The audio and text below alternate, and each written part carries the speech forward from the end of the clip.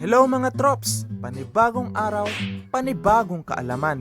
Gusto mo bang magtanim ng gulay ngunit hindi mo alam kung paano at kung saan? Kaibigan, hindi mo na kailangan ng maluwang na lupa upang makapagtanim ng gulay.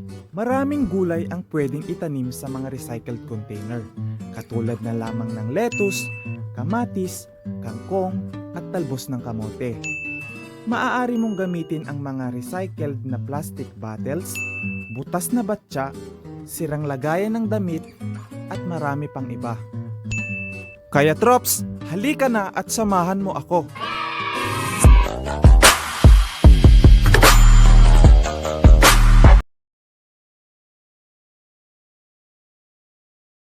Ang pag-uusapan natin ngayon ay ang pagtatanim ng gulay sa recycled container. Una na nga rito ay ang kamatis o tomato na ang scientific name ay Solanum lycopersicum. Ang kamatis ay magandang itanim sa recycled bottles na katulad nito. Ang kamatis ay hindi nangangailangan ng maraming tubig kung kaya't mabuti itong itanim sa container upang ang tubig ay kontrolado. Lagyan ng butas sa ilalim upang magkaroon ng drainage of excess water para hindi ito malanta sa pagkakalunod. Kailangan mo ding lagyan ng stick ang kamatis upang hindi ito matumba. Ang lupang ginamit ay may bulok na dahon at carbonized rice hull. Ang bunga ng kamatis ay may taglay na vitamin E at C na nakakatulong upang mapalakas ang ating resistensya. Kaya trops, magtanim ka na rin ng kamatis sa recycled container. Dahil ayon sa aking obserbasyon, nakita ko na mabilis ang paglaki ng kamatis sa recycled container. Pangalawa ay ang talbos ng kamote.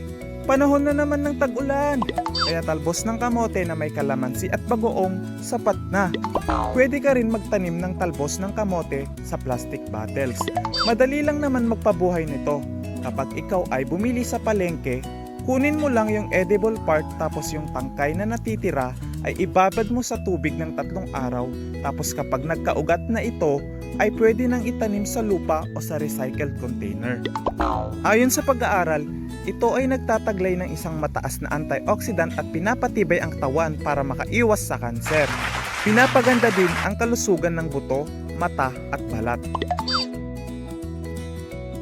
Pangatlo ay ang kangkong. Maaari ka ring magtanim ng kangkong sa recycled container. Sa vlog number 2, ipinakita ko kung paano magparami at magtanim ng kangkong gamit lang ang cuttings. Kaya kung bago ka lang dito sa ating YouTube channel, panoorin mo yon. O diba ang gandang pagmasdan mga trops? Sa container gardening, lumalabas din ang ating pagkamalikhain. Diba sabi nga, the only way to do great work is to love what you do. Ipapakita ko kung paano ko ginawa. Ayan, kailangan mong butasin at guntingin ng maliit na pa-rectangle. Dapat ang mga butas ay may space sa gitna. Oh, kailangan daw ng space. Ibigay mo na, lalo na kapag puro na away, hindi na nagkakaintindihan at nagkakalabuan na. Bigyan mo na ng space. Boom, panis. Tapos, guntingin mo na rin sa gitna.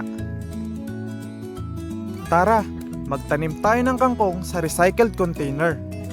Nga pala, may butas din yan sa ilalim ha, para ma-drain yung excess of water kapag nagdilig ka.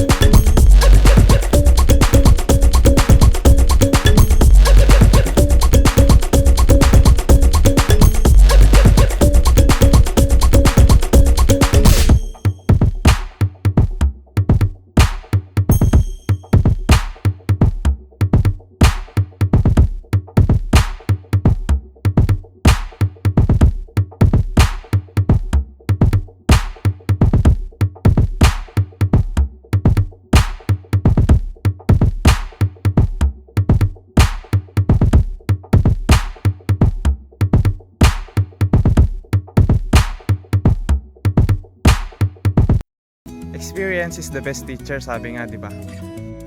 Agjaymot ka, no?